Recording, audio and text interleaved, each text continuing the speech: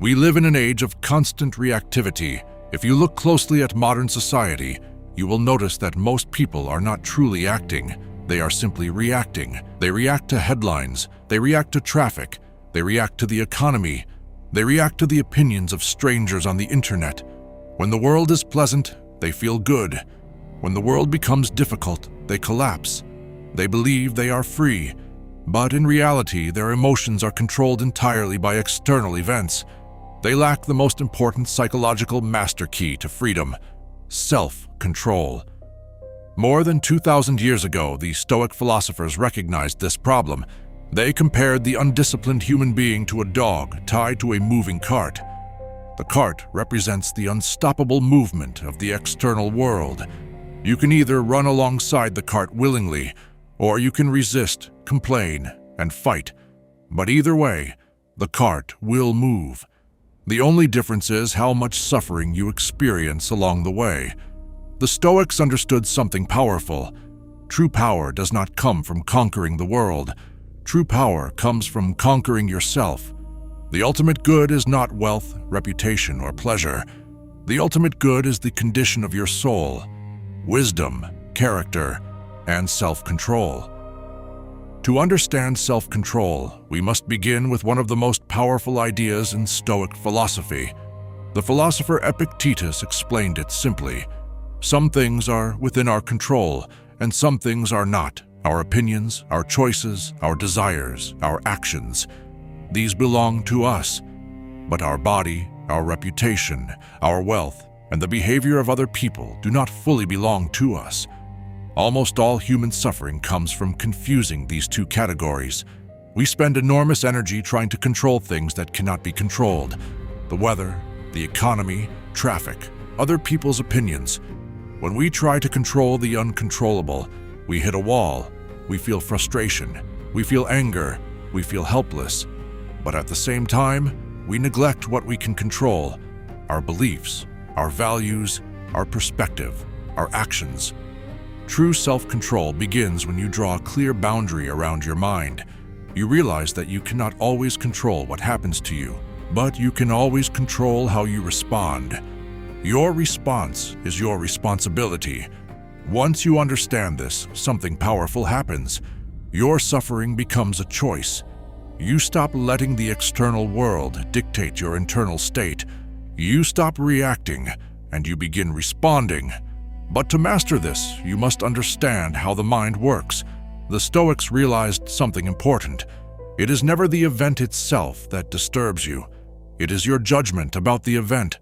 Every moment, your mind receives impressions from the world. Someone insults you, you lose your job, your car breaks down. These events are simply facts. But the undisciplined mind instantly attaches a story to them. This is terrible. My life is ruined. I have been harmed. The Stoics called this immediate emotional reaction an assent. Self-control means learning to pause before giving that assent. Marcus Aurelius understood this deeply. He wrote that external events cannot touch the soul. They have no access to it. They cannot produce our judgments. Our mind produces them. To train this ability, the Stoics practiced something known as the stripping method. They removed the emotional stories attached to things and looked at them objectively. Luxury wine becomes fermented grape juice. A lavish feast becomes cooked animal flesh. The purpose of this exercise is not cynicism. The purpose is clarity. When you strip away emotional exaggeration, reality becomes much calmer. My life is over becomes I lost my job. She humiliated me becomes she produced sounds I do not like. This separation between event and judgment is the heart of self-control. It allows you to reclaim control over your mind. But mental discipline must also be tested in the real world. We live in an age of extraordinary comfort, climate-controlled homes, instant food delivery, unlimited entertainment. But constant comfort makes us weak.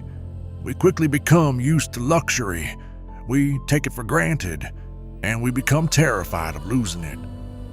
The Stoics warned about this weakness. Their solution was voluntary discomfort.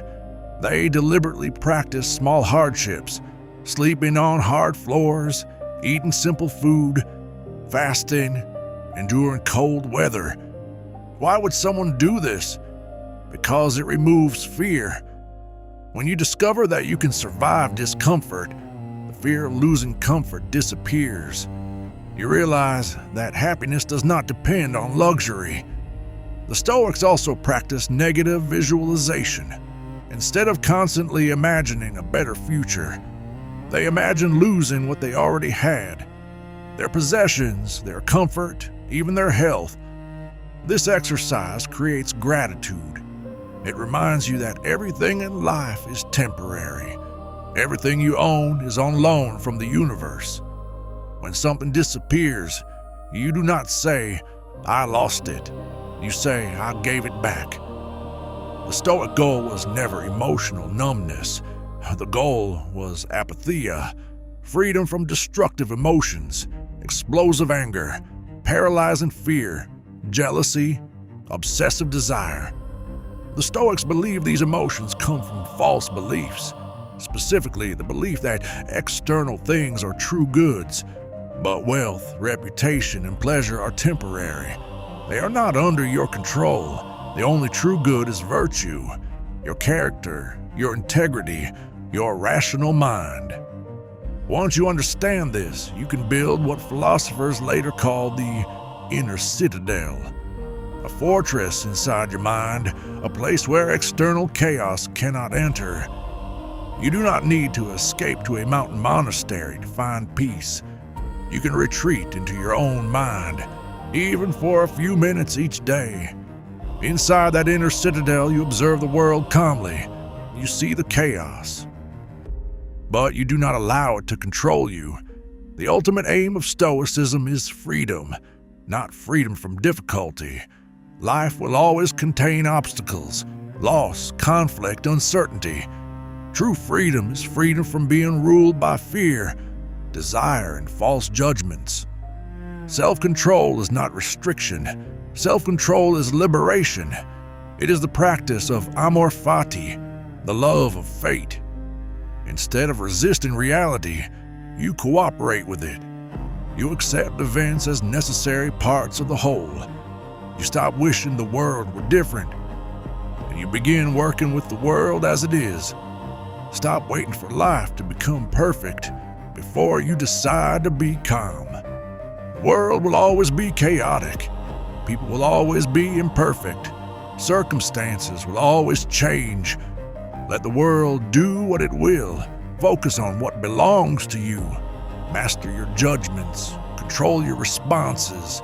Build your inner citadel. And no external storm will ever be strong enough to break your peace. Master yourself, and you master your life.